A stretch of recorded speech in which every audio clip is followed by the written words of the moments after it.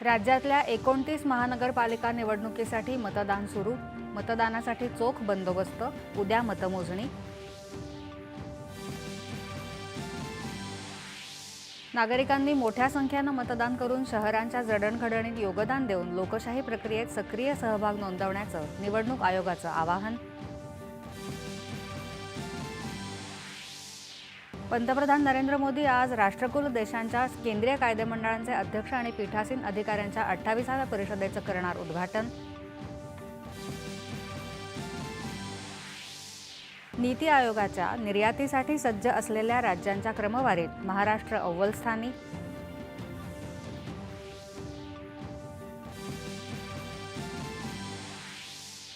सेना दिनानिमित्त देशभरात विविध कार्यक्रम. जवानांच्या शौर्य आणि बलिदानाला देशाचं नमन.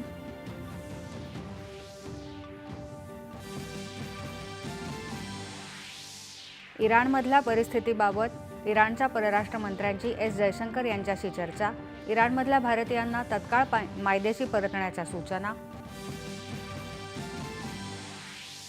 आणि राजकोट इथल्या एकदिवसीय क्रिकेट सामन्यात न्यूझीलंडचा भारतावर 7 गडी राखून विजय.